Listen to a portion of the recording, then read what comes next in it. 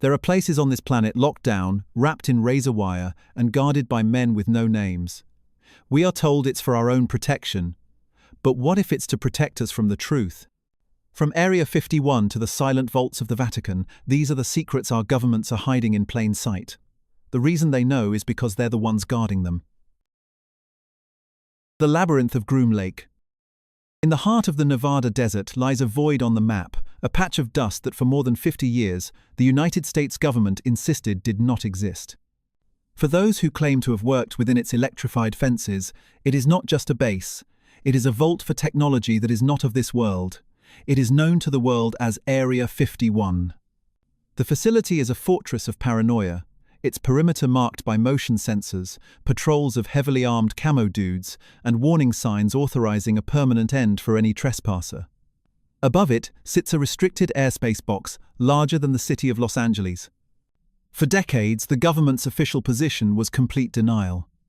Only in 2013 did the Central Intelligence Agency formally acknowledge its existence, breaking a half-century of official silence. This level of secrecy begs the question, what are they protecting?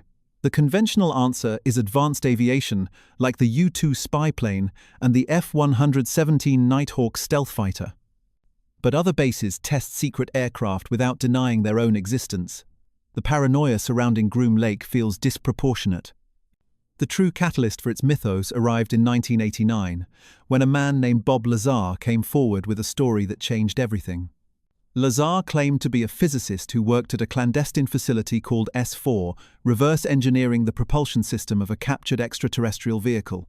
He spoke of a craft powered by an anti-gravity reactor fueled by a stable, super-heavy element, Element 115. His story was a lightning rod.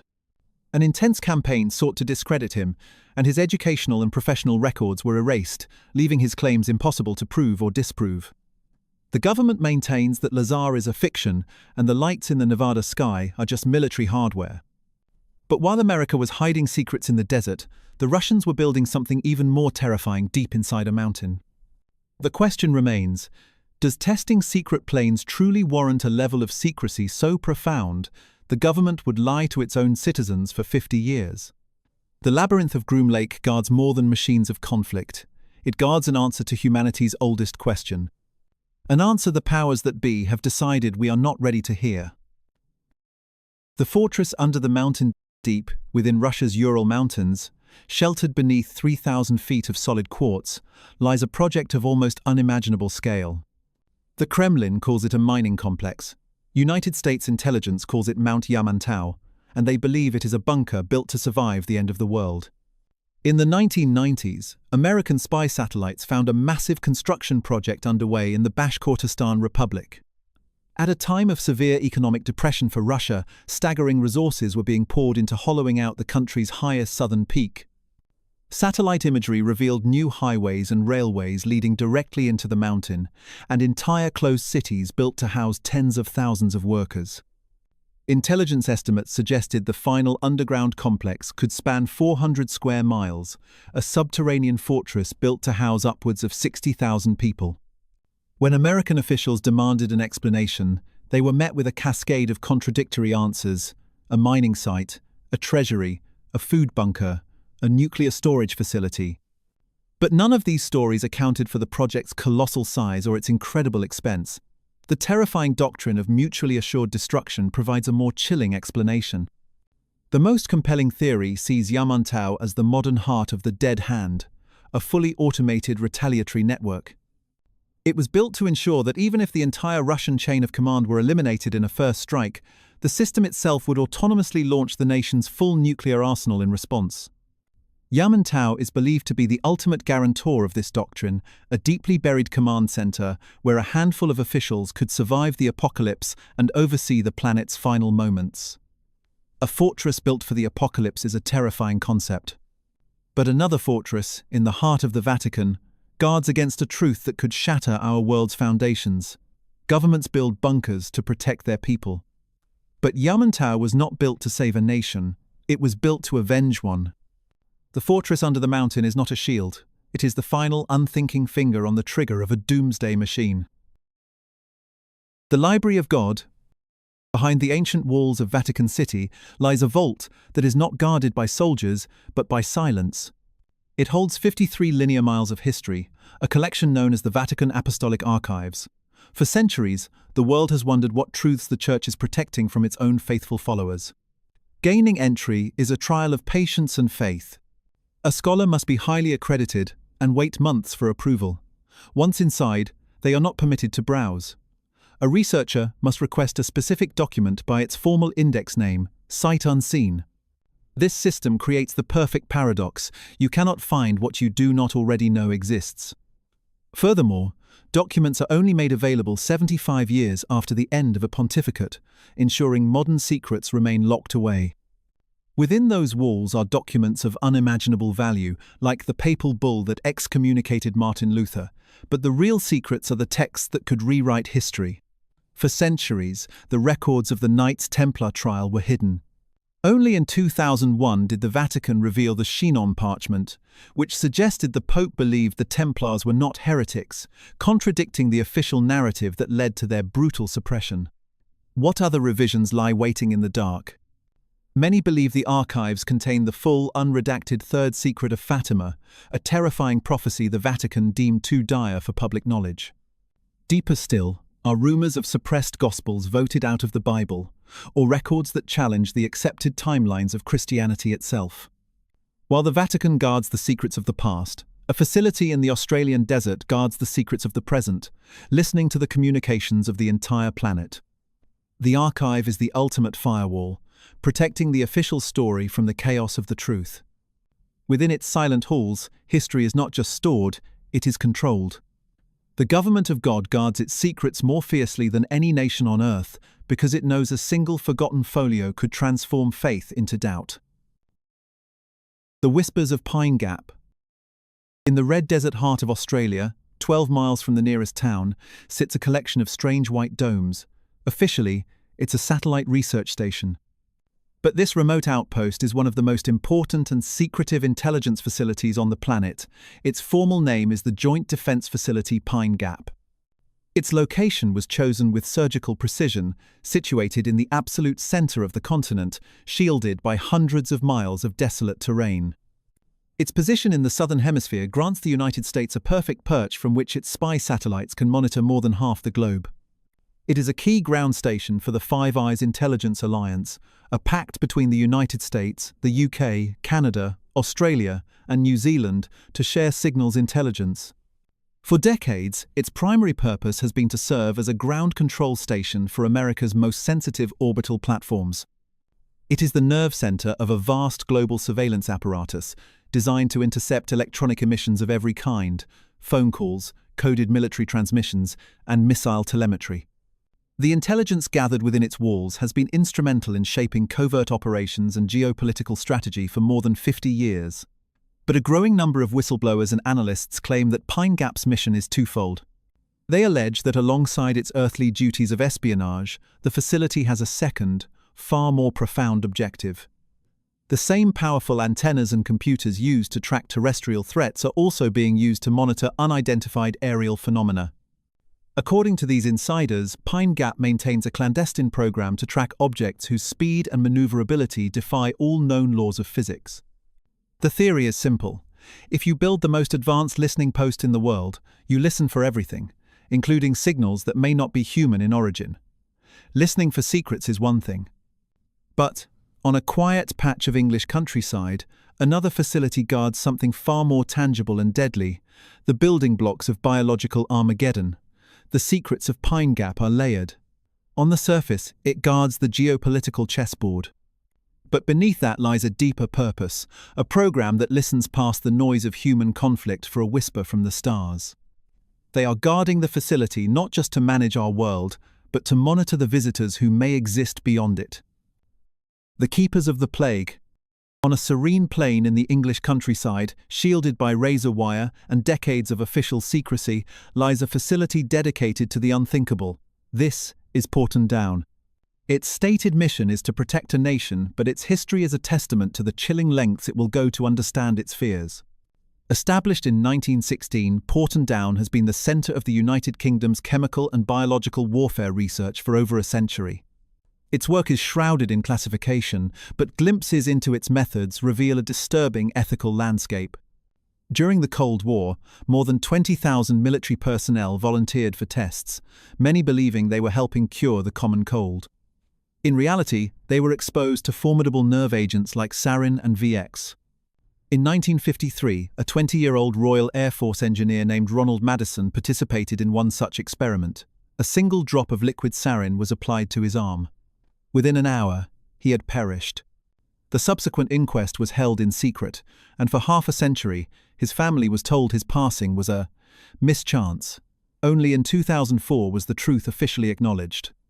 Madison had been unlawfully subjected to a lethal experiment. His story became a chilling symbol of the facility's human cost. Beyond chemical compounds, Porton Down is also a guardian of biological nightmares. It is one of only 2 high-security labs on the planet, along with a facility in Russia, officially sanctioned to store live samples of the variola virus smallpox. A plague that has taken countless lives is kept alive in a freezer, alongside a library of the world's other most dangerous contagions: anthrax, Ebola, and the Black Plague itself. While Porton Down contained earthly plagues, astronomers in Ohio picked up a signal that suggested a different kind of contagion to control, an idea from the stars. The British government maintains this work is purely defensive. But the line between studying a weapon and perfecting one is terrifyingly thin. By collecting the world's most dangerous contagions, they have created a place where a global catastrophe could begin. They are the keepers of the plague, guarding the world from a fire to which they alone hold the match. The unspoken signal. On a summer night in 1977, humanity received a message it had been waiting for. For 72 seconds, a radio telescope in Ohio detected a powerful, structured signal from deep space. Then it was gone, leaving behind only a single astonished word on a computer printout: wow.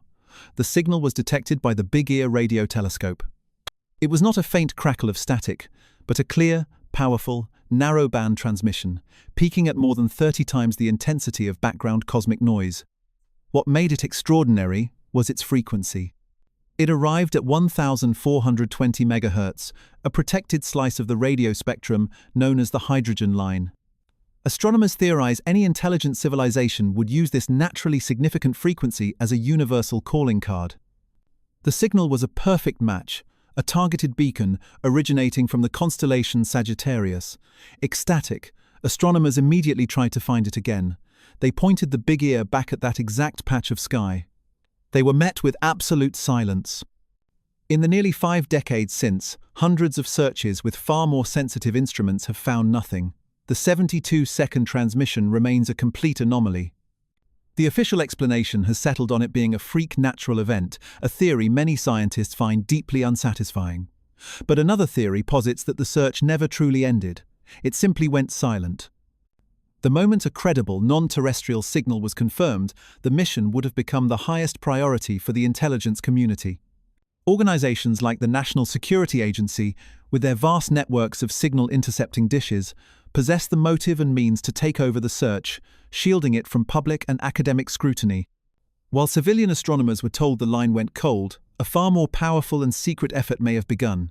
The WOW signal suggested something was out there, but another mystery suggests something is already here, circling our planet in silent observation.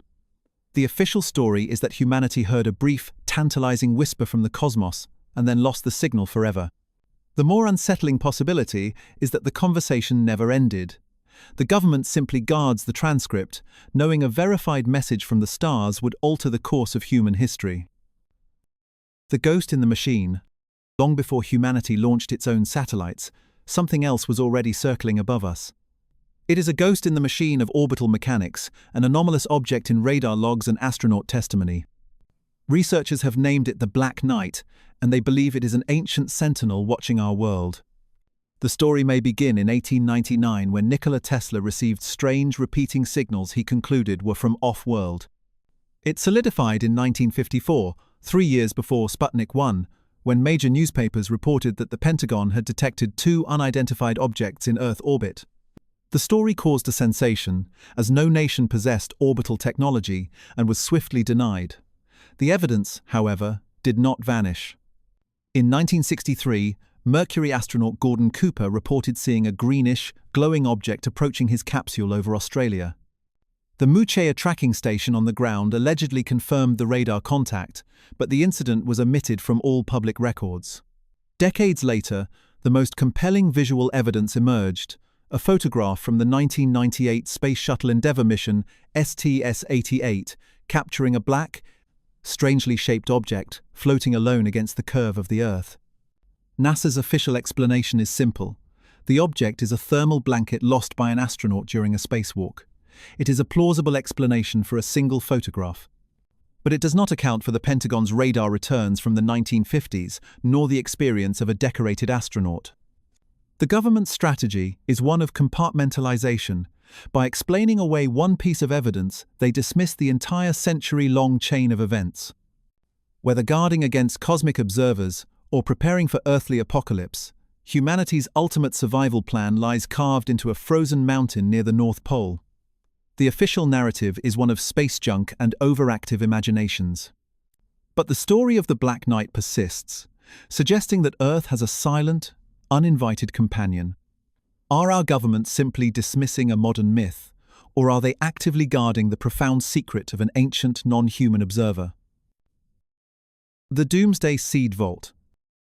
On a remote island halfway between Norway and the North Pole, a single concrete wedge juts out from a frozen mountain. It is the entrance to the Svalbard Global Seed Vault, a modern-day Noah's Ark for plants. But this ark was not built by governments to prepare for a flood they simply see coming. The facility is an engineering marvel of paranoia, tunneled nearly 400 feet into a solid sandstone mountain on the island of Spitsbergen. It is protected by blast-proof doors and reinforced concrete, designed to survive any conceivable catastrophe, from an asteroid impact to a thermonuclear exchange. Inside, more than 1 million unique seed samples are stored in vacuum-sealed packets at 0 degrees Fahrenheit. It is a fortress designed to be the last thing standing. Officially, the vault is a selfless gift to humanity. It has already proven its worth, allowing scientists to make a withdrawal to replace a seed bank in Syria, destroyed by civil war. But its creation was driven by a curious alliance of governments and private foundations with deep ties to the world's largest agricultural and biotechnology corporations, the very entities often criticized for reducing crop diversity. This has led many to ask if the vault is truly an act of selfless conservation, or a strategic move to control the genetic source code for all our food. A facility this remote and secure is the perfect place to store more than just sorghum and wheat. Its extreme security has fueled speculation about its true purpose. Is it possible that in a vault designed to preserve the building blocks of life, a more exclusive collection is also being kept?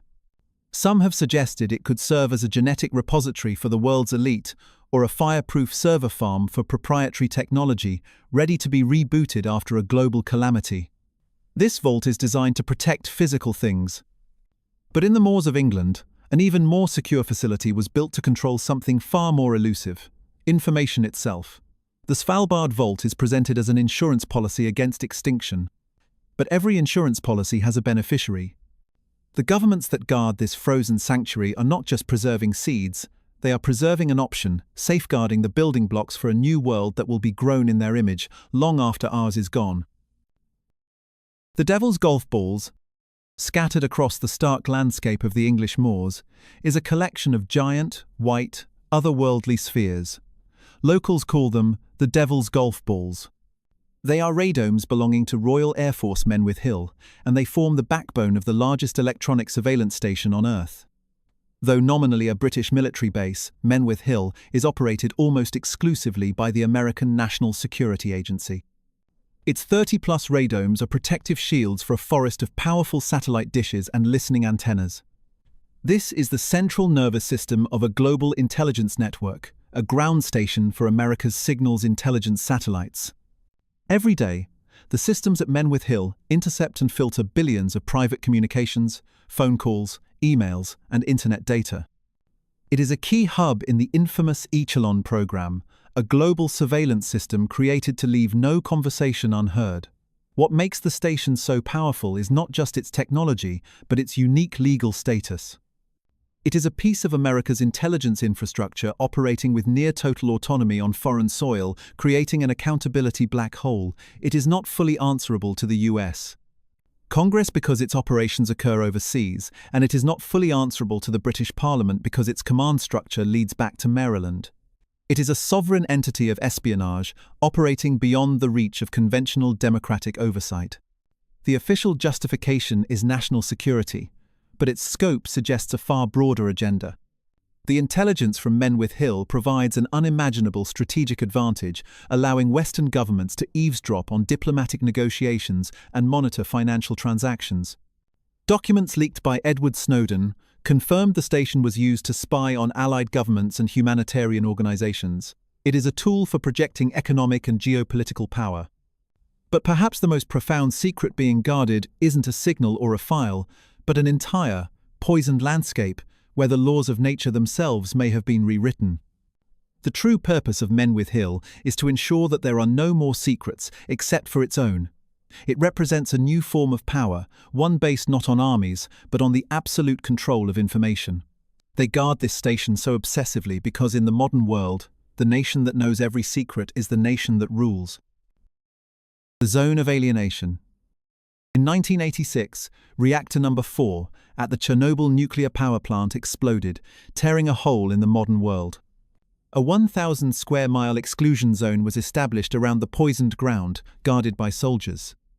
The world was told this was to protect humanity from the contamination within, but some believe it is also to protect the world from the strange new reality that was born in the fire. The initial cataclysm was an event of unimaginable power, releasing 400 times more radioactive material than the atomic bomb dropped on Hiroshima. The human cost was immense. In the aftermath, a 30-kilometer radius around the reactor was evacuated, creating a forbidden territory known as the Zone. Its purpose was simple and desperate: to contain an invisible poison that would render the land uninhabitable for at least 20,000 years. But as the decades passed, a strange transformation began. In the absence of humanity, nature returned with a furious, almost alien vigor.